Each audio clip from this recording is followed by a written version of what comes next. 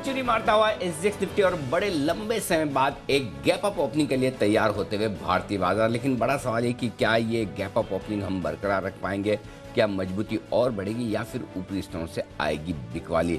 Global अनिश्चितता के माहौल में इस मजबूत शुरुआत का कैसे फायदा उठाएं, आप रहेगा फोकस इसी पर। स्वागत है आप सबका शेयर बाजार लाइव में। नमस्कार। आज for a change Delhi studio से मैं हूं अनिल सिंघवी और मुंबई स्टूडियोज में मैं हूं दीपांशु भंडारी। और अनिल जी, आपकी कंपनी स्टूडियो में मैं मिस कर रहा हूं सर, पर काफ़ी सारी बातों पर आपका व्यू लेना है। एक्सपायरी से पहले मिड वीक ट्रेडिंग सेशन भी है, कई सारी बातों पर करनी है चर्चा। आइए एक बार इस समय जो बड़े ट्रिगर्स हैं उस पर डाल देते हैं नज़र और फिर जानेंगे अनिल सर से आज के लिए आपको किस तरह से करनी है तैयारी। अमेरिकी बाजार एक्शन में रहे, उससे पहले रशिया पर ब्रिटेन, यूएस और कई सारे यूरोप के देश प्रतिबंध लगाने की तैयारी में। कुछ बैंक्स पर रेस्ट्रिक्शंस लगा दी गई हैं, कुछ लोगों पर रेस्ट्रिक्शंस लगाई हैं, एक गैस पाइपलाइन प्रोजेक्ट को भी रोक दिया गया है। अमेरिकी बाजार 1 से 1.5% की गिरावट जो कल हमें दिख भी रहा था। डाउ करीब 450 अंक गिरकर बंद हुआ, पर एसजीएक्स निफ्टी इस समय बढ़िया तेजी दिखाते हुए दिख रहा है। सेंचुरी लगाकर 17,200 के पार। डाउ फ्यूचर्स में भी मजबूती दिख रही है। कच्चा तेल भी एक्शन में है, हालांकि कल $100 का स्तर नहीं छुआ, वहां से फिसला जरूर है पर $96 के करीब है। सोने और चांदी में कल चमक थी, आज थोड़े फिसलते हुए दिखे हैं। तो ओवरऑल अनिल जी, एक बार जरा जो ग्लोबल मार्केट्स के डेवलपमेंट है उसी पर आपसे राय लेना चाहूंगा सर। आज सुबह ये जो थोड़े मूड माहौल सुधरते हुए दिखे हैं, इसके पीछे क्या दिख रहा है सर? कुछ और डेवलपमेंट्स रशिया यूक्रेन के बड़े नहीं आते हुए दिखे हैं, क्या इसी की राहत बाजार सेलिब्रेट कर रहे हैं? दीप, जो कुछ हुआ उसका कुछ हद तक भारतीय बाजारों को अंदाजा था, अमेरिका के बाजारों को अंदाजा था। कल जब हम बंद हुए तो लगभग मेरे ख्याल से 400 पॉइंट के आसपास डाउ फ्यूचर्स नीचे ट्रेड कर रहे थे। उतार चढ़ाव के बीच लगभग 500 पॉइंट नीचे बंद हुए हैं डाउ फ्यूचर्स। तो कमोबेश उम्मीद के मुताबिक रहा है। सैंक्शंस लगेंगे इसका अंदाज़ा कल से ही हो गया था। जिस तरह से यूएन में पोजिशनिंग की गई, पोस्चरिंग की गई अमेरिका, ब्रिटेन और बाकी देशों के द्वारा, उससे समझ में आ गया था। और जिस तरह से रूस भी अड़ा हुआ था कि हम वो जो दो विवादास्पद क्षेत्र हैं उनको उन्होंने इंडिपेंडेंट घोषित कर दिया है, ये सारी चीज़ें हो गई। अब जो कुछ आगे जिस चीज़ का इंतज़ार है लोगों को या बाजार को, वो ये कि व्हाट इज़ नेक्स्ट, अब अगली स्टेप क्या है। अगली स्टेप में दो ही चीज़ें हो सकती है, या तो जिसको अपनी पोजीशनिंग करनी थी वो कर ली। अमेरिका ने कह दिया देखो आप कुछ भी करोगे हम प्रतिबंध लगा देंगे। रूस ने बोला आपको जो करना है करो, हम हमारे हिसाब से डिप्लोमेटिकली आगे बढ़ रहे हैं। अब या तो रूस आगे बढ़कर कुछ हमला करे, करेक्ट, या फिर अमेरिका, ब्रिटेन, फ्रांस जैसे देशों की तरफ से बातचीत के प्रस्ताव आए और वो आगे बढ़े। हालांकि उनकी विदेश मंत्रियों की जो बैठक होनी थी वो टल गई है, वो बैठक नहीं हो रही है। तो अभी स्टैंड स्टिल है मामला, कोई बहुत ज़्यादा अच्छा नहीं हुआ। बाजारों का रिएक्शन अपनी जगह है, लेकिन मामला कोई खास सुधरते हुए भी नहीं दिख रहा। तो मुझे लगता है कि थोड़ा सा लंबा चलेगा। हो सकता है आज अगले 1-2 दिनों में कुछ और डेवलपमेंट आपको होते हुए नजर आए कि या तो रूस आगे बढ़कर हमला करने की कोशिश करे या फिर समझौते के बातचीत के संकेत आए, उन्हीं के दम पर बाजारों का रिएक्शन रहेगा। तो बहुत सिंपल पॉइंट है दीप, जब तक आपको कोई और नए डेवलपमेंट ना दिखे तब तक आप इस बात की रिलीफ ले सकते हैं कि कुछ खराब नहीं हो रहा है। और उस हिसाब से आपको बाजार में थोड़ी सी रिकवरी आती हुई दिख रही है। रिकवरी आने के पीछे एक वजह यह भी है कि काफ़ी हद तक बाजार थोड़े ओवरसोल्ड हो चुके हैं ग्लोबली भी, और उस लिहाज से आप देखिए एसएनपी भी आपके करेक्शन जोन में आ चुका है। नैस्डैक तो पहले से काफ़ी कमज़ोर है ही, डाउ में भी अच्छा खासा करेक्शन हो चुका है। तो 10% अपने टॉप से एसएनपी भी नीचे गिर चुका है। तो मेरा ये समझना है कि हल्की फुल्की रिकवरी आपको बिना किसी खराब खबर पर आती हुई दिखेगी। अच्छी खबर आ गई तो थोड़ा और बढ़ जाएंगे, खराब खबर आई तो तुरंत गिर जाएंगे। लेकिन खबरों का सिलसिला पूरे दिन भर कब, किस वक्त और किस तरह की खबर का रहेगा, यह अंदाजा लगाना मुश्किल काम है। तो अब भी आप ये मानकर चलें, भले ही हम सेंचुरी मारकर ऊपर खुल रहे हैं, लेकिन वो डर, वो अनिश्चितता, वो उतार चढ़ाव, दोनों ही तरह की खबरों का, अच्छी और बुरी खबरों का अभी भी रहेगा। और मुझे नहीं लगता कि वो जल्दी खत्म होने वाला है। तो उसकी तैयारी जो पिछले 3-4 दिनों में हमने सीखा है कि किस तरह से अचानक से खबर आती है और अचानक से बाजार रिएक्शन किसी भी एक तरफ देता है, स्पेशली खराब खबर पर जल्दी और ज़्यादा रिएक्शन देता है, वो डर अभी भी रहेगा। उससे हम बाहर निकले नहीं है, ये तैयारी हमारी रखनी होगी। और इससे यही आज का भी ट्रेडिंग पैटर्न रहने वाला है, खबरों के दम पर ही, जिसका अंदाजा लगाना बहुत मुश्किल काम है। जी एब्सोल्युटली। तो खबरों के दम पर बाजार रिएक्शन दिखाते रहेंगे। फिलहाल कुछ बदला नहीं है, ऑफ कोर्स थोड़ी राहत ज़रूर आई है, ये कुछ नेगेटिव नहीं हुआ है। बट सर एक और बात चल रही है और कल से ही मार्केट के दिमाग में है, ग्लोबल मार्केट्स की मैं बात कर रहा हूँ सर। एक तो ये जो रेस्ट्रिक्शंस लगाए हैं, इससे क्या ऑयल एंड गैस प्राइसेस और ऊपर जा सकते हैं और क्या इन्फ्लेशन पर उसका असर पड़ेगा? तो जो सेंट्रल बैंक्स अब टाइटनिंग के मूड में आ रहे हैं, वो इस और बढ़ते इन्फ्लेशन को कैसे हैंडल करेंगे? पर दूसरी तरफ अगर ये प्राइसेस ऊपर जाते हैं तो इकोनॉमी पर असर पड़ेगा। रेस्ट्रिक्शंस का हमेशा हम देखते हैं इकोनॉमी पर असर पड़ता है, तो क्या फिर उस समय सेंट्रल बैंक्स को अग्रेसिवली रेट हाइक करना चाहिए या नहीं? ये जो अब नई परेशानी या नई चिंता बनकर आ रही है, नई सोच बाजार में डेवलप हो रही है बैंक एक्शन को लेकर, उस पर क्या कहेंगे? दीप, अगर दो देश लड़ते हैं तो ऐसा नहीं कि सिर्फ उन दो देशों का ही नुकसान है, नुकसान दुनिया में बाकी देशों का भी होता है। और इसी वजह से हम सब साथ में गिरते हैं, साथ में बढ़ते हैं खराब माहौल में। अब अमेरिका के लिए ये मामला बड़ा पेचीदा होता दिख रहा है। एक तरफ वो अगर चाहे कि रशिया लड़ ले तो उनके लिए इकोनॉमिक सिचुएशन ख़राब होती है, क्योंकि कच्चा तेल, मेटल्स, ऑयल एंड गैस, इससे रिलेटेड जो सप्लाई डिस्टर्ब होती है उससे दाम बढ़ेंगे तो 40 साल के हाईएस्ट इन्फ्लेशन पर अमेरिका ऑलरेडी बैठा है। हालत ख़राब है, इन्फ्लेशन को नीचे लाना ज़रूरी है, ब्याज दरों को बढ़ाना ज़रूरी है। लेकिन जैसे आप ये करेंगे ग्रोथ पर असर पड़ेगा, जैसे ही सैंक्शंस लगाएंगे, जैसे ही डिस्ट्रप्शन होगा ग्रोथ पर असर पड़ेगा। और ग्रोथ को अभी आप छोड़ना नहीं चाहते हैं, ग्रोथ को नहीं छोड़ेंगे, इन्फ्लेशन को काबू में नहीं करेंगे तो करेंगे क्या? तो आप कुछ भी करें, नुकसान ऐसे में सिर्फ ऐसा नहीं कि रूस और यूक्रेन का ही होने वाला है, अमेरिका का भी होने वाला है। तो बड़ा मुश्किल काम है कि अब इस तरह के माहौल में और अचानक से समझिए कच्चे तेल के दाम जो बढ़ ही रहे हैं, मेटल्स के दाम जो बढ़ जाएँ, गैस के दाम बढ़ जाएँ, तो फिर आप इन्फ्लेशन को काबू कैसे करेंगे? और तब 3 से 6 रेट हाइक का जो अंदाज़ा लगाकर बैठे हैं, क्या वो रेट हाइक बढ़ जाएगी? एक तरफ ये होता है कि इन्फ्लेशन बढ़ने का डर है, हाँ बढ़ानी चाहिए। दूसरी तरफ जैसे ये मामला गंभीर होता है, आपके लिए ग्रोथ पर असर आता है, और ग्रोथ पर असर आता है तो क्या उस हिसाब से अमेरिका ये सोचेगा ना अभी ब्याज दरें ना बढ़ाई जाए, बल्कि थोड़ा देर और वेट एंड वॉच करें? वो भी मुश्किल काम है। ऐसी सिचुएशन में इस तरह के इकोनॉमिक डिसीजन लेना फेड के लिए आसान होगा नहीं कि रुके या एक्शन लें। पॉइंट सिंपल है, सार यही निकलता है दीप, लड़ने में किसी का फायदा है नहीं, न रूस का है, न यूक्रेन का, न अमेरिका का, न बाकी देशों का है। इसलिए बेहतर ये कि शांति से मामला निपट जाए, बातचीत करके निपट जाए, थोड़ा ऊपर नीचे करके निपट जाए तो बेहतर है। लेकिन हाँ, बाजार कभी इस बात को लेकर कंफर्टेबल हो सकते हैं कि चलिए रेट हाइक नहीं होगी, क्योंकि इस वक्त बाजार का डर रेट हाइक को लेकर ज़्यादा है, ग्रोथ की चिंता बाजार को नहीं है। करेक्ट। इसलिए अगर हमला होता है, बात बिगड़ती है और अमेरिका का फेड ये कहता है कि नहीं, इस तरह के मामले को देखते हुए फिलहाल हम रेट हाइक नहीं कर रहे हैं, हो भी सकता है, आई डोंट नो। लेकिन मेरा ये समझना है कि सिचुएशन इस तरह की बनती है जिस पर ऐसा रिएक्शन अमेरिकी फेड को देना पड़े, वो कोई बहुत अच्छी सिचुएशन है नहीं। 1-2 दिनों के लिए बाजार बढ़ सकते हैं, कह सकते हैं कि चलिए रेट हाइक फिलहाल के लिए टला है, लेकिन आपको, हमको, सबको पता है कोई रेट हाइक टलने वाला नहीं है। आज नहीं होगा तो कल होगा, कल नहीं होगा तो अगले हफ्ते होगा, होना तो है ही है। इसलिए बेहतर है जो चीज़ होनी है और जो चीज़ हमें पता है वो हो जाए तो ख़त्म हो मामला, और फिर आगे की सोचें कि नेक्स्ट ट्रिगर क्या है। इसीलिए रूस यूक्रेन वाले मामले में भी हम बार बार यही सोचते हैं कि जो होना है हो जाए, या तो लड़ लें या शांति से बैठ जाएं, मामला ख़त्म करें। अमेरिका का भी हाल यही है, ब्याज दरें बढ़ानी है, भाई बढ़ा के ख़त्म करो, बार बार हमको अंधेरे में मत रखो। तो मेरे ख्याल से ये 2 बड़े ट्रिगर जो ग्लोबल के हैं, जैसे ही हो जाए उसके बाद बाजार स्टेबल हो जाएंगे। और जब तक ये दोनों में से कुछ नहीं होगा तब तक रोज वो आपकी सांसें ऊपर नीचे होती रहेगी, यही चलने वाला है जी। बिल्कुल। तो रूस यूक्रेन के साथ अब शायद फेड की भी एक चिंता है, 3 हफ्ते बाकी हैं अभी फेड की पॉलिसी में। रेट हाइक तो आएगा, पर किस तरह का आएगा, कमेंट्री क्या रहेगी, ये अब बाजार के लिए और इंपॉर्टेंट हो रहा है, क्योंकि एक और फैक्टर इसमें ऐड हो गया है। चलिए सर, तो यहां पर तो हमारी नजर बनी रहेगी और अपडेट्स भी हम लाते रहेंगे। हमारे बाजार में आज क्या करना है, स्ट्रैटेजी समझें उससे पहले एक ब्रॉडर व्यू मार्केट्स पर, क्योंकि कल एक्सपायरी भी है। कल सेकेंड हाफ में हमने रिकवरी भी देखी, और यूजुअली एक्सपायरी से एक दिन पहले कुछ बड़े मूव्स भी आते हैं बाजार में। कैसे समझ रहे हैं सर आज? न मैं गिरने पे बहुत ज़्यादा दुखी हूँ, न बढ़ने पे बहुत ज़्यादा खुश हूँ। सेंचुरी मारकर एसजेक्स 50 खुल रहा है तो ऐसा नहीं कि मतलब आप बहुत ही अच्छा मूड बनाकर डांस करने लगे हैं। कुछ नहीं दीप, रेंज में है, रेंज के निचले सिरे पर आपको सावधान रहना है। खरीदारी करने के लिए आज से थोड़ा मन बना सकते हैं। ऊपरी सिरे पर सावधान रहना है, बिकवाली करने के हिसाब से मूड बना सकते हैं। रेंज को किसी एक तरफ तब तोड़ेगा जब कोई खबर आ जाए आपके पास, और वो खबर क्या आएगी ना आपको पता है ना मुझे पता है। 17,300 17,400 की रेंज में आप पहुंचते हैं, और अगर अच्छी खबर आ जाए एक ब्रेकआउट मिल सकता है।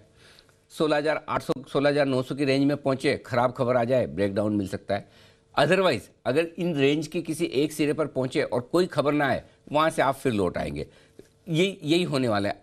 खाली फर्क इतना ही है दीप कि रेंज अब थोड़ी सी है ना 400-500 पॉइंट की हो गई, जो पहले 100-200 पॉइंट की चलती थी ग्लोबल वॉलेटिलिटी के चलते, और जिस तरह का विक्स में उतार चढ़ाव आप विक्स में आप बढ़त देख रहे हैं, वो आपके लिए रेंज बड़ी कर रही है। सो मेरे ख्याल से हमारे मार्केट में ट्रेड करने का एक ही सिंपल तरीका है, एक डेटा, दूसरी न्यूज। दूसरा न मुझे पता है ना आपको पता है कि न्यूज़ कब क्या कैसी अच्छी खराब कब आएगी, कितनी बड़ी आएगी, भगवान जाने।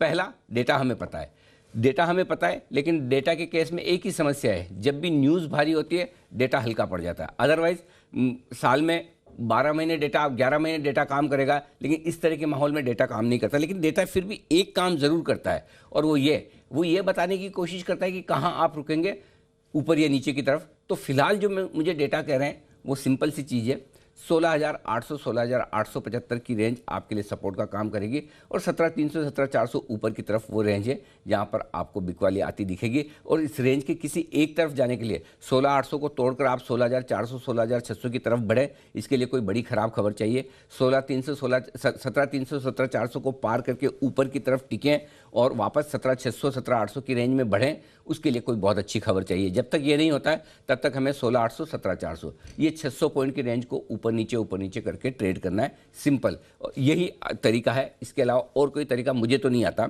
आज और कल के लिए दीप हम इसी फॉर्मूला पे काम करेंगे। Absolutely sir. तो चलिए, रेंज बाउंड बाजार है, ऊपर हल्के भी होना है, डिप पर खरीदारी भी करनी है, दोनों तरफ के एक्शन पर रखनी है नजर। बताएं सर, फिर आज का एक्शन कैसा रहेगा, संकेत आपको क्या कह रहे हैं? ग्लोबल संकेत मैंने अभी भी नेगेटिव रखे हैं, मैंने कोई अच्छे मुझे लग नहीं रहे कि मतलब कोई बहुत बढ़िया हो। सैंक्शंस लगाए हैं तो अच्छी बात तो है नहीं। भले हम अभी तक खुश हैं कि रशिया ने उस पर रिएक्ट नहीं किया, लेकिन किसको कॉन्फिडेंस है, ना मुझे है ना आपको है कि रशिया रिएक्ट नहीं करेगा, वो भी कुछ ना कुछ तो करेगा। देखो मतलब पॉइंट क्या होता है, जब दो जने लड़ते हैं तो आखिर में चुप कौन होता है ना?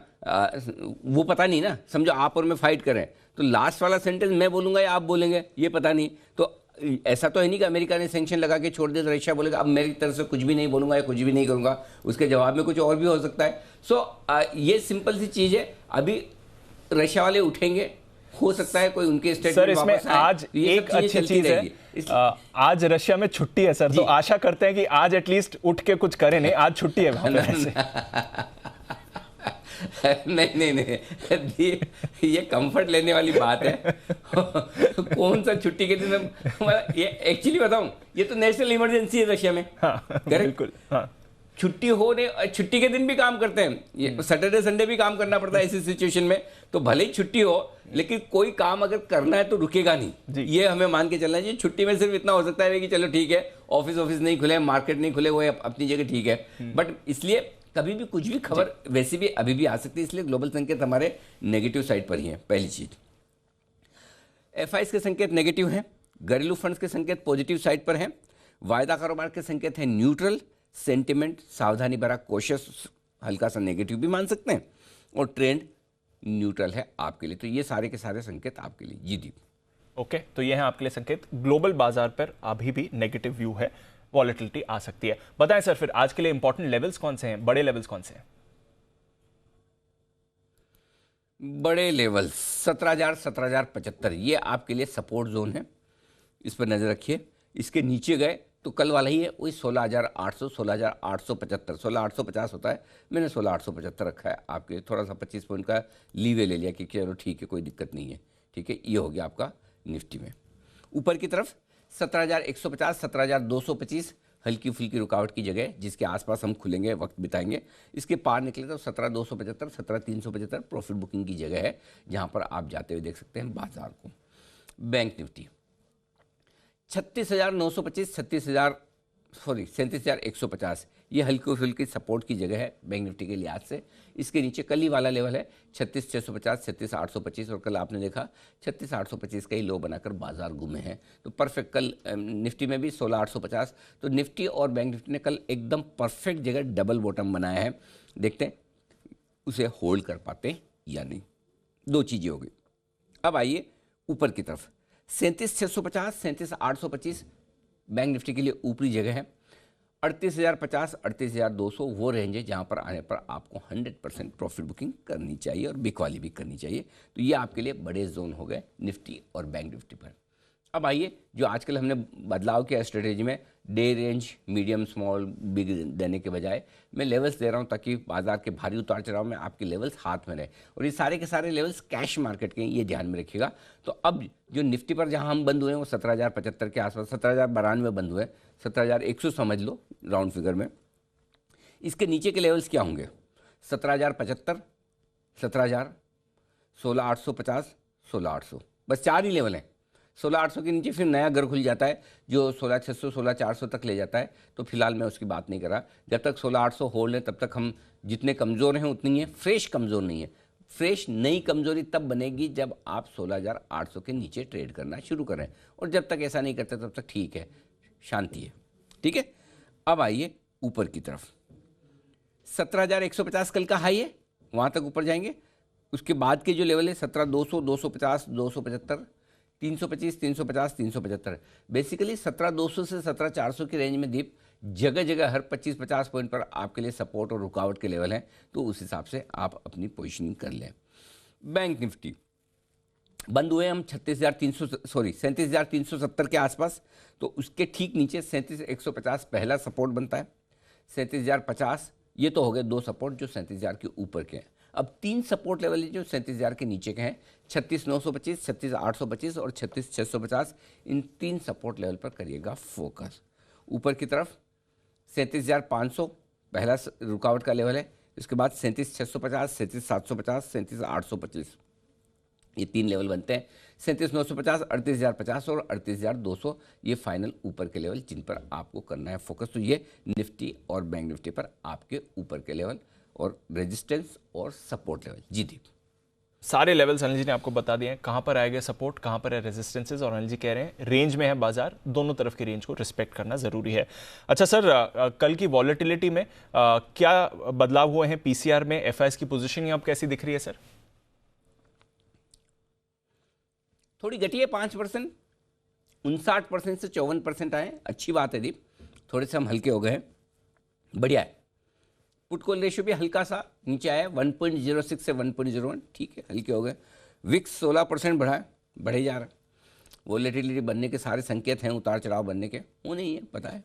तो ये सब सारे जो लेवल्स हैं एक्सपेक्टेड है, कोई खास बदलाव नहीं है, लेकिन पुट कॉल रेशियो और एफआईएस की लॉन्ग पोजीशन में जो बदलाव है वो पॉजिटिव है, थोड़े थोड़े हल्के हुए, वो एक अच्छा संकेत है।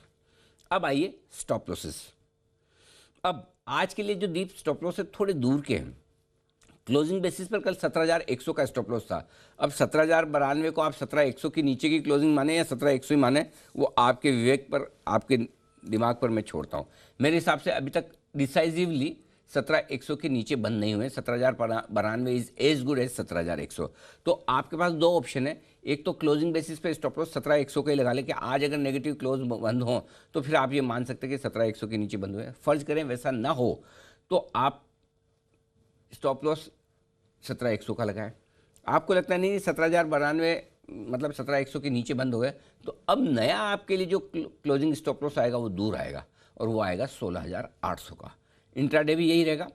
16,809 का लो हमने बनाया था, कल हमने 16,843 का लो बनाया। पिछली जो क्लोजिंग हुई थी सबसे खराब 17,000 के नीचे की एक ही मिली थी, वो 16,842 की मिली थी। तो इसलिए थोड़ा सा उसके नीचे 16,800 इंट्राडे और क्लोजिंग बेसिस पे स्टॉप लॉस से थोड़ा दूर है, लेकिन मेरे पास कोई ऑप्शन नहीं है। अगर निफ्टी अगर इस तरह से दिन में 300 400 पॉइंट के मूव दिखाएगा तो मेरा स्टॉप लॉस दूर ही आएगा। 16,800 का स्टॉप लॉस निकल कर आता है। क्लोजिंग बेसिस पे जरूर अगर आप चाहें तो एक स्टॉप लॉस आज की नेगेटिव क्लोजिंग पर लगा सकते हैं कि अगर आज नेगेटिव बंद हो तो थैंक यू वेरी मच कर लें, निकल जाएं। बैंक निफ्टी स्टॉप लॉस एकदम क्रिस्टल क्लियर, साफ सुथरा, बिना दिमाग लगाए हुए 36,800। इंट्राडे भी, क्लोजिंग भी, बस इसमें कुछ भी छेड़छाड़ नहीं करनी, यही रखना है। हो सकता है 25-50 पॉइंट से आपका ट्रिगर होकर वापस ऊपर नीचे आ जाए। अब उतना कंट्रोल मेरा है नहीं और उतना एक परफेक्शन आ नहीं सकता। तो 36,800 का स्टॉप लॉस बनता है, उसे आप समझकर लगा लें। अब आइए, अगर आप शॉर्ट हैं तो ऐसा नहीं कि मैं लॉन्ग ट्रेड करने वालों को ही लंबा लंबा स्टॉप लॉस दे रहा हूँ। जो स्टॉप लॉस मैं लॉन्ग ट्रेडर्स को दे रहा हूँ उतना ही लंबा स्टॉप लॉस शॉर्ट ट्रेडर्स को भी दे रहा हूँ। उनके लिए स्टॉप लॉस बनता है दीप 17,400 का डे ट्रेडर्स के लिए। अगर कोई डे ट्रेडर जिनको छोटा लगाना है वो आप अपनी समझ से लगा लें, 17,150 लगाना है वो लगाओ, 17,200 लगाना है वो लगाओ, 300 लगाना है, आपकी मर्जी है। लेकिन जो स्टॉप लॉस डेटा के लिहाज से निकल कर आ रहा है वो आ रहा है 17,400 का, इंट्राडे भी और क्लोजिंग भी। अगर आप रख सकते हैं 300 पॉइंट दूर तो वो रखें, अदरवाइज आप अपनी श्रद्धा के हिसाब से 17,200, 150, 200 जो भी आपको ठीक लगे वो रखिए। बैंक निफ्टी यहाँ पर स्टॉप लॉस एक ही है 38,050 का। बहुत ज़्यादा दूर लगाना तो 38,200, 250 का बनता है, लेकिन मेरे ख्याल से 37,400 के आसपास बंद हुए तो 38,000 काफ़ी है। तो 38,050 का स्टॉप लॉस इंट्राडे और क्लोजिंग बेसिस पर आप बैंक निफ्टी में भी रख सकते हैं। यहाँ पे भी कोई मैंने स्टॉप लॉस छोटा नहीं दिया। जिनको छोटा लगाना है उनके लिए 37,650 का बन सकता है। कल के हाइस पर स्टॉप लॉस लगा सकते हैं, लेकिन इंट्राडे की वॉलेटिलिटी और सबको देखते हुए मेरे हिसाब से 38,050 दीप ये स्टॉप लॉस ठीक है जी।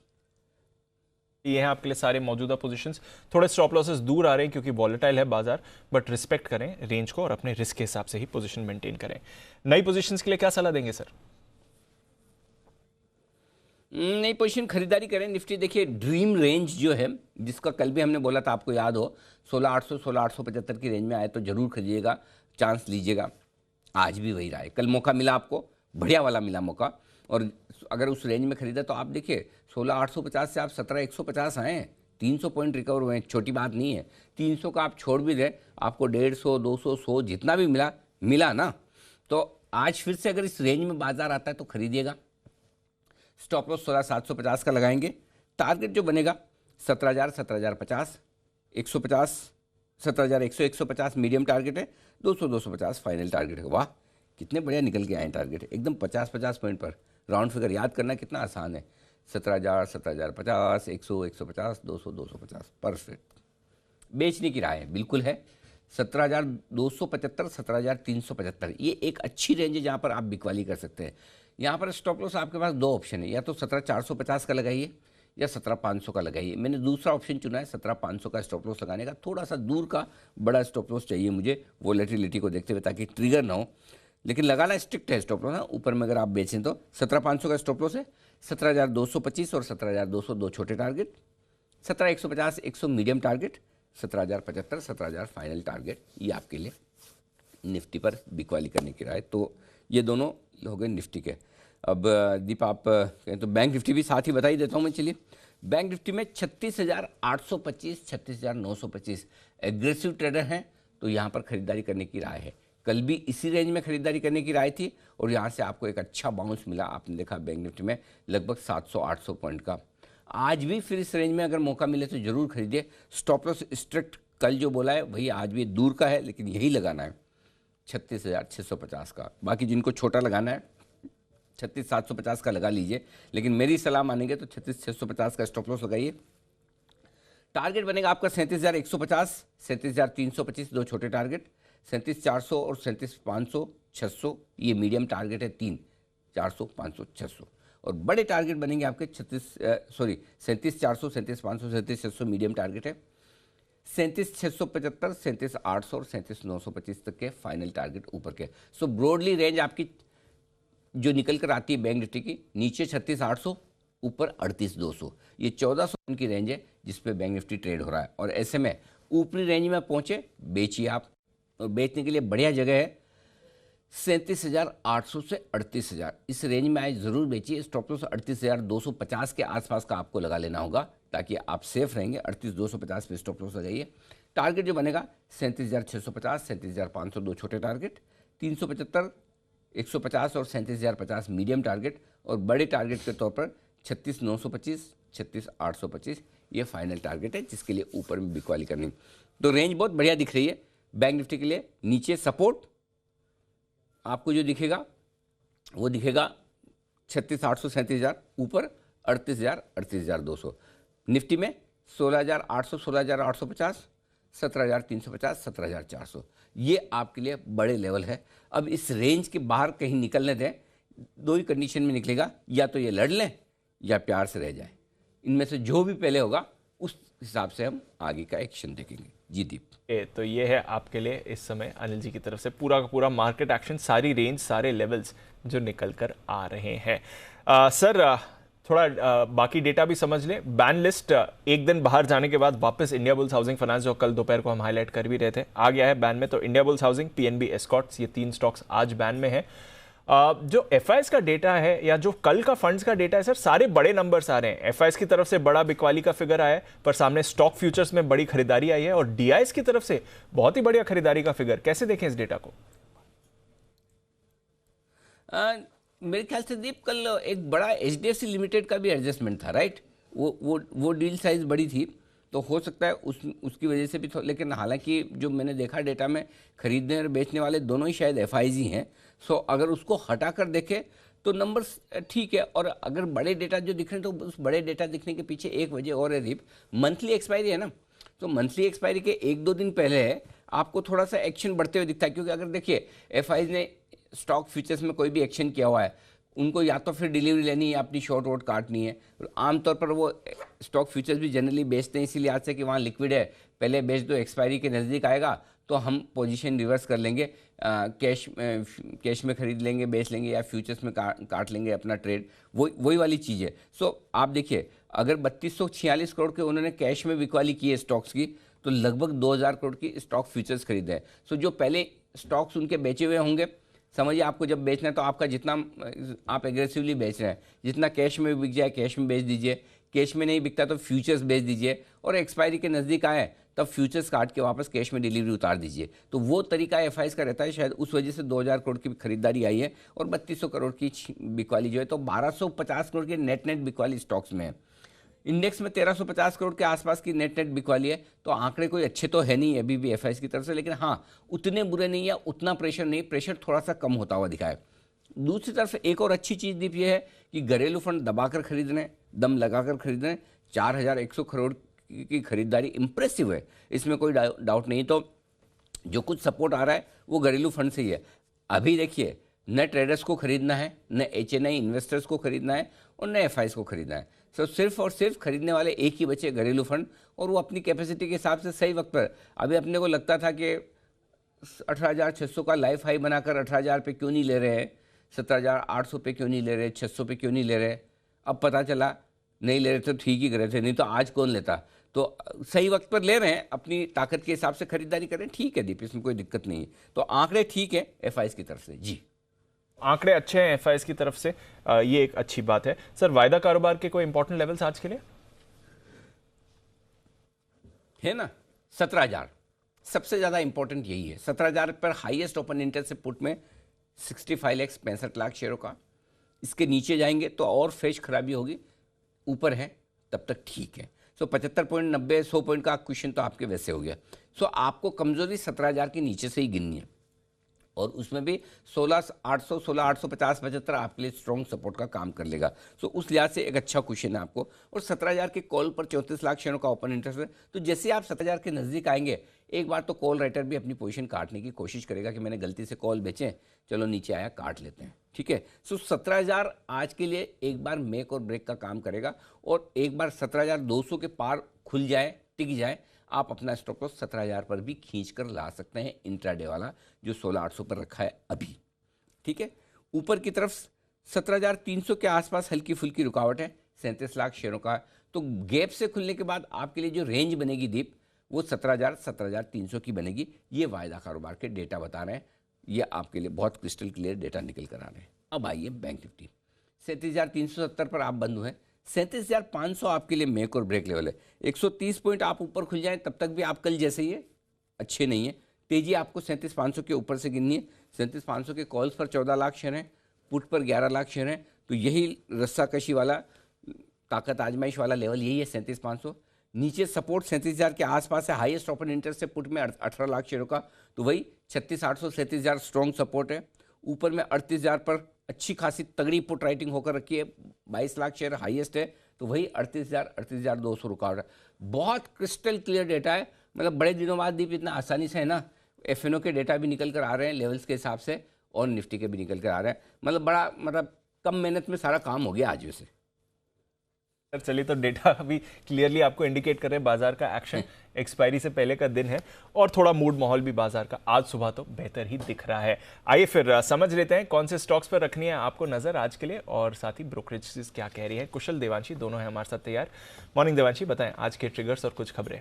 Good morning Deepanshu. आज सबसे पहले तो नतीजों में सनोफी, इसके नतीजे आज आएंगे और इसके साथ ही भारत डायनामिक्स, जेबी केमिकल्स, इनके स्टॉक पर आज आप फोकस कीजिए क्योंकि एक्स डिविडेंड ट्रेड कर रहे हैं तो स्टॉक में थोड़ा सा एडजस्टमेंट दिखेगा। और प्राइस बैंड रिवीजन हुआ है धानी सर्विसेज 20% से 10% और जक्सन पाल फार्मा और जीई पावर, ये तीनों कंपनीज ऐसी हैं जहाँ पे 20% का उनका बैंड था, जो प्राइस बैंड था वहाँ से घटकर अब 10% तक की लिमिट हो चुकी है। इसके साथ ही जो नतीजे आए थे कल शाम को, एलेंटास बेक, यहाँ पे आप देखिए थोड़े से मिले जुले नंबर्स हैं क्योंकि आय 30% तक बढ़ती हुई दिखी है लेकिन मार्जिन्स और साथ ही कामकाजी मुनाफे में गिरावट है। मार्जिन्स 23% से घटकर करीब 15% पे आती हुई दिखी है और मुनाफे भी करीब 26% तक गिरा हुआ दिखा है। महिंद्रा सीआई, यहाँ पे आप देखिए जो आय है वो करीब 5.5% तक बढ़ी है। एक्सेप्शनल घाटा कंपनी को 13 करोड़ का था, अगर आप उसको एडजस्ट करते हैं तो मुनाफा फ्लैट है, लेकिन अगर आप एडजस्टेड मुनाफा देखते हैं तो 28% तक कम होता हुआ दिखा है। इसके साथ ही कामकाजी मुनाफा 18% गिरा है और मार्जिन्स भी आप देखिए 12.5% थे, वहां से घटकर 9.8% पर इस बार आते हुए दिखे हैं। तो मार्जिन पर जो प्रेशर है वो लगातार बनता हुआ दिखा है। क्रॉम्पटन ग्रीव्स कंज्यूमर, इस पर नजर होगी और बटरफ्लाई गांधीमती, ये दोनों कंपनीज आज फोकस में होंगी क्योंकि आप देखिए जो क्रॉम्पटन ग्रीव्स कंज्यूमर है उन्होंने बटरफ्लाई गांधीमती में 55% हिस्सेदारी खरीदी है। 1403 रुपीज़ यानी कि 1403 रुपये प्रति शेयर के भाव पर यह डील होती हुई दिखी है, जो कि कल की क्लोजिंग से करीब 1.25% तक के प्रीमियम पर है। ये जो ओवरऑल 55% हिस्सेदारी है वो 1380 करोड़ में खरीदी जाएगी और साथ ही सीजी कंज्यूमर एक मैंडेटरी ओपन ऑफर भी लाएगा 26% हिस्सेदारी के लिए। इसके सिवाय जो ओपन ऑफर है वो प्रीमियम पर है, 1433 रुपीज़ प्रति शेयर के भाव पर ये ओपन ऑफर भी लाया जाएगा। और इसके साथ ही आप देखिए कंपनी ट्रेडमार्क्स खरीदेगी करीब 30 करोड़ के और करीब 85 करोड़ के जो लैंड पार्सल्स हैं जो इनकी कंपनी या हेड ऑफिस के एडजेसेंट में हैं वो भी यहाँ पे खरीद हुई दिखेगी। तो ये डील पूरी हुई है तो दोनों स्टॉक पर आज फोकस होगा। और इसके साथ ही सन फार्मा पर नजर रखें जहां पे कंपनी की जो सब्सिडरी है टैरो फार्मा, उन्होंने एक और कंपनी गैल्डर्मा के साथ करार किया है। 3 उनकी जो ब्रांड्स हैं उनको खरीदने के लिए $9 करोड़ में ये करार किया गया है। प्रोएक्टिव जो कि अच्छी ब्रांड है, गैल्डर्मा होल्डिंग्स और एल्कीमी, ये 3 ब्रांड्स हैं जिसका यहाँ पे अधिग्रहण कंपनी करती हुई दिखेगी। तो इसके चलते सन फार्मा भी आज फोकस में होगा। बिल्कुल, तो M&A के दम पर काफी सारे स्टॉक्स फोकस में रहने वाले हैं, नजर रखिए इन सभी काउंटर्स पर। कुशल, मॉर्निंग, बताएं आप कौन सी खबरें लेकर आए हैं। मॉर्निंग दीपांशु, आप देखिए यहाँ पर सबसे पहले विप्रो पर फोकस रखिए। वी फंक्शन एक स्टार्टअप है, उनके साथ इन्होंने निवेश करते हुए नजर आएंगे और क्लाउड सर्विसेज के लिए ये करार किया गया है। साथ ही हीरो मोटोकॉर्प अगेन फोकस में आता हुआ नजर आ रहा है ईवी को लेकर, जिसमें बीपीसीएल के साथ मिलकर ये 2 व्हीलर के लिए ईवी चार्जिंग इंफ्रास्ट्रक्चर बनाने के लिए इन्होंने करार कर लिया है। तो काफ़ी अच्छे एम्बिशियस प्लान जो हैं बीपीसीएल की तरफ से अब नॉन फ्यूल रिटेलिंग पर आते हुए नजर आ रहे हैं। साथ ही कार्बोरंडम यूनिवर्सल, यहाँ पर HDFC mid cap opportunity fund ने 18 फरवरी को करीब 1,10,000 शेयरों की बिकवाली की है। 0.06% इक्विटी है। अब इनकी होल्डिंग जो है 5.59% हो गई है ये हिस्सेदारी बेचने के बाद। नाइका यानी कि एफएसएन ई कॉमर्स वेंचर्स ये फोकस में रहेगा क्योंकि लॉरियल के साथ इन्होंने जो सिविल मामला था इनका उसका निपटारा कर लिया है, तो डेफिनेटली इनके लिए पॉजिटिव खबर है। यहाँ पर उत्पादन के जो कॉपीराइट उल्लंघन का मामला था ये वो फाइनली सेटल होता हुआ दिख रहा है। साथ ही फंड एक्शन है मेरे पास जिसमें धानी सर्विसेज एनएससी पर ये बल्क डील होती हुई दिखी थी, जिसमें बैली जिफोर्ड पैसिफिक फंड ने करीबन 94 लाख शेयरों की बिकवाली की है 85.07 पर शेयर के प्राइस पर। साथ ही किंग्स इंफ्रा वेंचर्स यहाँ पर राजेश कुमार झुंझुनवाला जी ने 1,20,000 शेयरों की खरीदारी की है 64.67 रुपीज़ पर शेयर के प्राइस पर। और प्रमोटर एक्शन है मेट्रोपोलिस में जहाँ पर 18 से 21 फरवरी के बीच करीब 1.5 लाख शेयरों की खरीदारी हुई है। और केपरी ग्लोबल, यहाँ पर भी एलआईसी ने 21 फरवरी को 1.5 लाख शेयरों की खरीदारी की है और अब इनकी हिस्सेदारी 5% से ज़्यादा होती हुई दिख रही है। ओके, तो ये हैं आपके लिए सारे के सारे खबरें जहां पर एक्शन है। बट ब्रोकरेजेस आज इनकी कहां पर नजर है, इस पर भी एक बार जान लेते हैं एफआईआर में।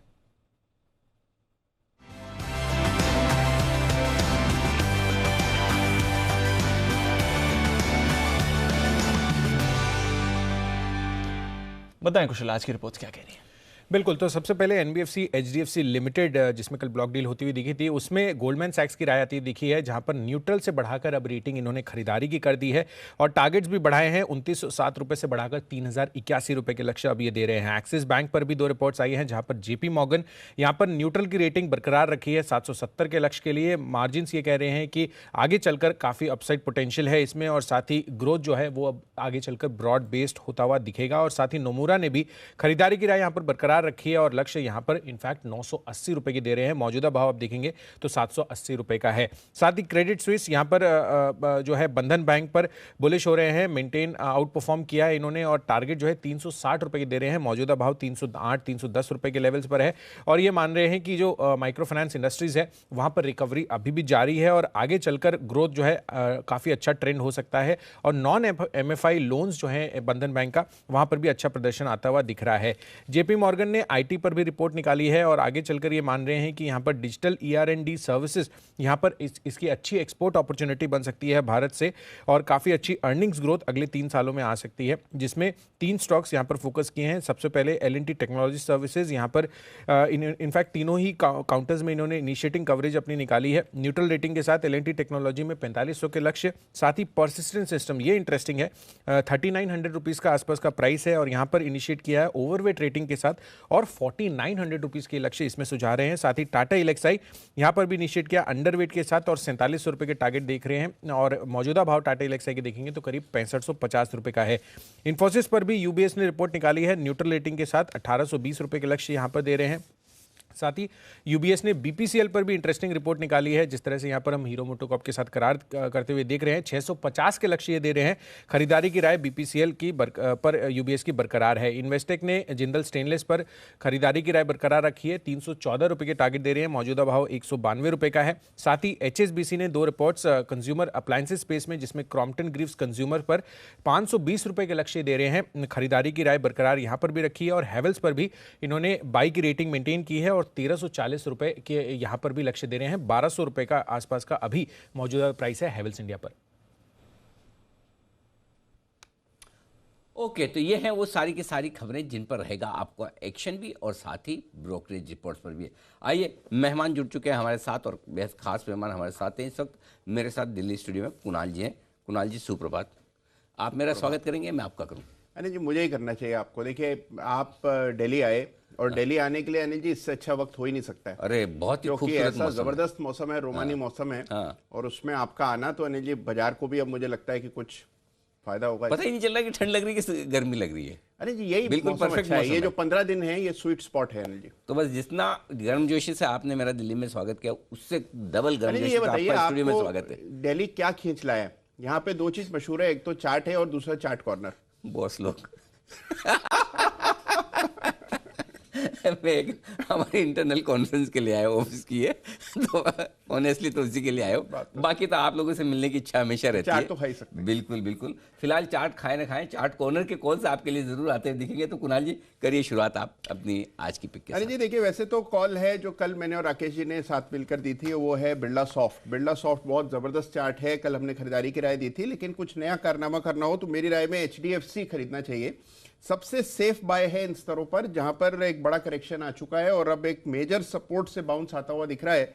तो HDFC खरीद करके चले। 2420 का स्टॉप लॉस रख लें। पहला टारगेट होगा 2500 का, दूसरा टारगेट 2525। ओके, 2500 और 2525 ये है आपके लिए HDFC लिमिटेड में खरीदारी करने की राय और ये बंद हुआ है 2454 के आसपास कल के सेशन में। बंसल जी, सुप्रभात। बताएं सर, आपको हम थोड़ा स्टूडियो में मिस कर रहे हैं कुणाल जी के साथ में। थोड़ी सी तबीयत बंसल जी की नासाज है, इसलिए वो शो घर से ही कर रहे हैं। बताएं sir, good morning. Good morning, सुप्रभात अनिल जी। पहले तो अनिल जी दिल्ली में आपका स्वागत है। और अनिल जी देखिए, मेरे को तो ऑटो स्टॉक्स काफी अच्छे लग रहे हैं, बट जिस तरीके से यूएस मार्केट में डिक्लाइन हुआ है, नेकलाइंस टूटी हैं, तो वेट एंड वॉच करूंगा। मार्केट खुलने के बाद पिक ऑफ द डे दूंगा। तो अनिल जी थ्योरेटिकली देखें तो एज ऑफ नाउ नोटा है, प्रैक्टिकली देखें तो पिक ऑफ द डे दूंगा अनिल जी, मार्केट खुलने के बाद, प्राइस सेटल होने के बाद। परफेक्ट, ठीक बात है, फेयर इनफ। तो बाजार खुलने का करेंगे इंतजार और सेंचुरी मार्केट खुलने के संकेत आते हुए दिख रहे हैं बाजार में। Modi ji, good morning. बताएं सर, आपने कौन सा शेयर चुना है?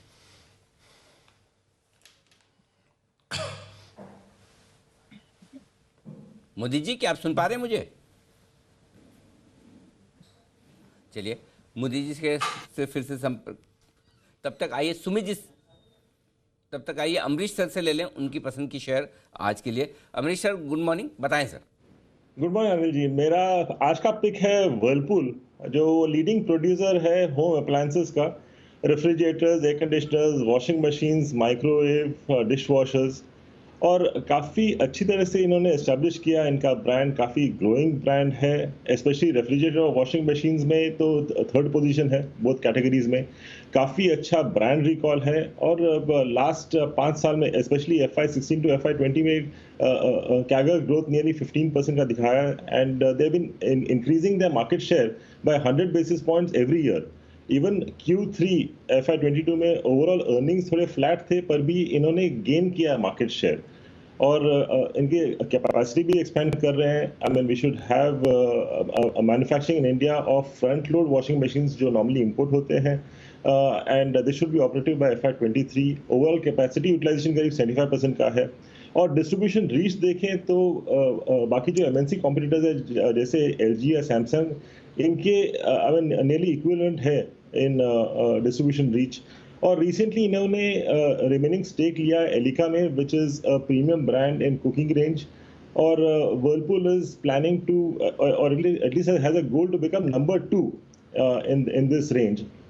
और अभी जैसे कि आपने अभी कहा कि I mean it is getting slightly warm, तो समर सीजन आ रहा है, and that is the season for washing machines and refrigerators and ACs। तो I think this is a good time to start buying Whirlpool, जहाँ पे काफ़ी अच्छा correction देखा है हम लोग ने। FY24 का मेरा EPS एक्सपेक्टेशन है करीब 58 का, तो 40x दे तो अबाउट 23-20 का मेरा टारगेट बनता है इसमें। ओके, तो ये है आपके लिए वर्लपूल। ये स्टॉक रहेगा आज एक्शन में। गांधी बटरफ्लाई में हेवल्स ने जो स्टेक खरीदी है, उसके चलते आज पूरी ये स्पेस है जो दमदार एक्शन में रहेगी। 2320 के लंबे और बड़े टारगेट हैं अमरीश सर की तरफ से। सुमित जी, सुप्रभात, बताएं सर आपकी पसंद का शेयर आज के लिए। Good morning Anil ji, good morning Anil जी। मेरे को लग रहा है कि ऑटो सेक्टर के अंदर एक अच्छा मूव आज और आने वाले दिनों के अंदर देखने को मिल सकता है। तो कल एक स्मार्ट रिकवरी हमने most of the auto sector के स्टॉक्स के अंदर देखने को मिला था, और अब मेरे को लग रहा है कि मारुति यहां से करेक्शन के बाद और थोड़ा सा कंसोलिडेशन के बाद ऊपर का मूव दिखाने को तैयार है। 8600 के आसपास मारुति के अंदर लॉन्ग पोजीशंस इनिशिएट करके चलने का सलाह रहेगा। 8440 का नीचे के अंदर स्टॉप लॉस लगाना है, और ऊपर के अंदर मेरे को लग रहा है कि आज और आने वाले दिनों के अंदर 8800 से लेके 9000 तक के लेवल मारुति के अंदर देखने को मिल सकते हैं। एग्जिस्टिंग पोजीशंस होल्ड करें, कोई भी डिप आता है तो खरीदारी करें। मारुति के अंदर यहां से एक अच्छा मूव ऊपर की तरफ देखने को मिलना चाहिए। 100 की तरफ मारुति आपको मूव करते हुए दिख सकता है। कल ऑटो स्टॉक्स में बढ़िया रिकवरी भी हमने आती हुई देखी थी, तो आज भी ये काउंटर्स मोमेंटम में रह सकते हैं। आइए कुछ और स्टॉक्स पर डालते हैं नजर, जहां पर एक्शन आपको बनते हुए दिख सकता है। अमृतसर, जैसा अनिल जी भी बात कर रहे थे, बटरफ्लाई गांधीमती, ये जो अब क्रॉम्पटन ग्रीव्स इसमें हिस्सेदारी खरीदने जा रहा है, करंट मार्केट प्राइस पर ही डील हो रही है, क्योंकि ऑलरेडी बाजार को इस डील का पता चल गया था। 1403 पर डील हो रही है, लगभग उसी के करीब स्टॉक है। एक बार जरा राय दे दें इस डील पर, आपको क्या दिखता है, और ऑफकोर्स फिर बेनिफिट्स जो आएंगे CG कंज्यूमर के लिए वो क्या रहेंगे सर? CG कंज्यूमर के लिए I think it's a very good fit, पर इमीडिएटली तो शायद यहाँ से अपसाइड शायद बहुत ज़्यादा नहीं मिले, because it is close to a deal price. पर लॉन्गर टर्म में clearly I think it is extremely good for the share holders of Gandhimathi. Share holders के लिए अच्छी खबर है। CG कंज्यूमर पर एक राय लेंगे, क्योंकि कल स्टॉक हमने प्रेशर में बनते हुए देखा डील से पहले। कुणाल जी, क्रॉम्पटन ग्रीव्स कंज्यूमर, क्या राय है इसके चार्ट पर सर?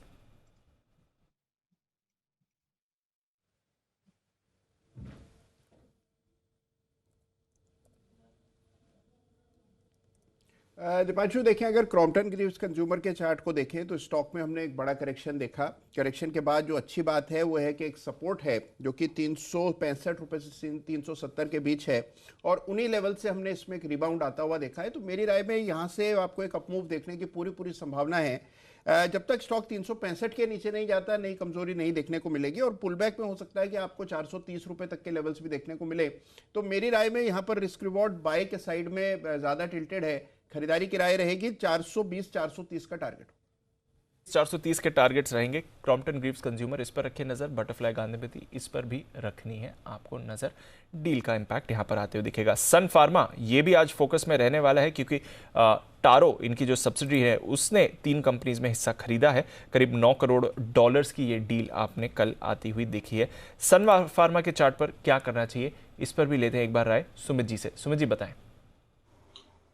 दीपांशु देखिए, स्टॉक के अंदर वैसे तो लास्ट 3-4 दिनों के अंदर ऊपरी लेवल से दबाव देखने को मिला है, बट स्टॉक के अंदर लोअर लेवल्स पे सपोर्ट भी है। कल का क्लोजिंग से अगर कोई भी छोटा मोटा डिप आता है नीचे में 820-830 की तरफ, तो लोअर लेवल्स पे खरीदारी करना है। एग्जिस्टिंग पोजीशंस होल्ड करके चलें। 850 के ऊपर जैसे ये सस्टेन होगा तो मोमेंटम के लिए स्टॉक के अंदर यहां से ऊपर में 880 से 900 रुपए तक का मूव सन फार्मा में देखने को मिल सकता है। डिप्स में खरीदारी करें, एग्जिस्टिंग पोजीशंस होल्ड रख के चलें। डिप्स में खरीदारी करें, एग्जिस्टिंग पोजीशंस होल्ड करके चले। अमृतसर कोई फंडामेंटल राय सन फार्मा पर? रिसेंटली थोड़े एक्शन में फार्मा स्टॉक्स वापस आते हुए जरूर दिखे हैं। सन फार्मा पर क्या करना है सर? इनफैक्ट फार्मा स्पेस में ये मेरा फेवरेट स्टॉक रहा है, specially in the last 3-4 years. I mean in the last 3 years specially ज़्यादा परफॉर्मेंस दिया नहीं है, but in the last 6 months जो हम लोग ने इसमें परफॉर्मेंस देखा है, कंसोलिडेट कर रहा है इस लेवल पे। And clearly with the sort of news flows इनके जो रिजल्ट्स भी आ रहे हैं काफ़ी अच्छे आ रहे हैं पहले से। सो इनफैक्ट यहाँ पे हम लोग का जो टारगेट बनता है स्लाइटली लॉन्गर टर्म करीब 1240 का बनता है। ओके, तो 1240 का टारगेट बनता है। लगभग 50% की अपसाइड अमृतसर सन फार्मा पर देखते हैं करंट लेवल से। फंडामेंटल तौर पर ये एक क्लैरिफिकेशन जरूरी है, बट नजर रखिए इस पर आपको मूव्स आती हुई दिखेंगी। विप्रो ये भी एक्शन में रहेगा। कल एडीआर में भी अच्छी मूव हमने आती हुई देखी थी। एक स्टार्टअप में निवेश भी करने जा रही है कंपनी। विप्रो पर अमृतसर से भी मैं राय लूंगा क्योंकि सीएलएसए की भी एक दमदार रिपोर्ट थी, पर उससे पहले सुमित जी एक बार चार्ट्स पर विप्रो के पर राय दे दें। कल वैसे थोड़ा सुस्त बंद हुआ है, बट चार्ट्स क्या कह रही है सर इसकी? देखिए, आईटी स्टॉक्स के अंदर कल एक मोमेंटम बना था और most of the IT stocks एक अच्छा मूव दिखा रहे थे कल। विप्रो के अंदर पिछले 15-20 दिनों से हमें कंसोलिडेशन देखने को मिल रहा है, जिसके अंदर जो रेंज देखने को मिली है वो 575-580 ऊपर के अंदर देखने को मिली है, और नीचे के अंदर जो सपोर्ट देखने को मिला है 530 से 540 के आसपास बना है। स्टॉक के अंदर गिरावट तभी देखने को मिलेगा जब ये लोअर बैंड का सपोर्ट तोड़ेगा। जब तक ये सपोर्ट नहीं टूटता पोजीशंस होल्ड करें। ऊपर में यहां से इमीडिएट 580 रुपए तक का मूव देखने को मिल सकता है, और 580 के बाद ट्रेंड रिवर्सल के संकेत मिलेंगे, जिसमें 650 रुपए तक के लेवल आने वाले दिनों में देखने को मिल सकते हैं। डिप्स में खरीदारी करेंगे तो ज्यादा बेटर रहेगा विप्रो में। ओके, तो ये है आपके लिए विप्रो पर राय। आइए मोदी जी हमारे साथ हैं इस वक्त। मोदी जी गुड मॉर्निंग, बताएं सर आपका pick of the day. Good morning Anil ji, good morning Deep. Anil ji welcome to Delhi. और देखिए हम लोग जब मुंबई गए थे तो सर जी बिजनेस की टीम ने काफी खातिरदारी करी थी हम लोगों की। तो सर आप दिल्ली में आए हैं तो मैं जो आपने मुझसे प्रॉमिस किया था कि मैं एक बार जरूर आपसे मिलूंगा, और तो सर आज डिनर पे मैं आपका वेट करता हूँ। डिनर में फ्लाइट में करूंगा, शाम की फ्लाइट है, और इस बीच में मैं आपको मेरे अकाउंट डिटेल भेज देता हूं सारी की सारी, चाहे वो पेटीएम की या फिर आपकी जो भी मेरी बैंक अकाउंट। तो आप ये मान लीजिए पैसे आगे समझ लिए मैंने डिनर कर लिया, ऐसे होता है ना। भोग लग गया वैसा नहीं। जोक सपाट मोदी जी, नेक्स्ट टाइम पक्का। आज तो शेड्यूल एकदम वापस शाम को ही वापस मुंबई लौटने का, तो एक ही दिन का छोटा सा ट्रिप है, तो फिर नेक्स्ट टाइम कभी। इस बार मुझे ऐसा लगता है कि कुणाल जी किसी वीकेंड पे आना चाहिए नहीं, बिल्कुल तो वीकेंड पे जहाँ आराम से हम बड़े लंबे समय के बाद, मेरे ख्याल से 2 साल से ज़्यादा हो गए होंगे हमें गपशप किए हुए। तो बिल्कुल मोदी जी इस बार पक्का ऐसा कोई प्लान बनाएंगे। Thank you so much. बताएं sir pick of the day. देखिए पिक ऑफ द डे में ब्रिटानिया को यहाँ पर बाय करने की सलाह दे रहे हैं।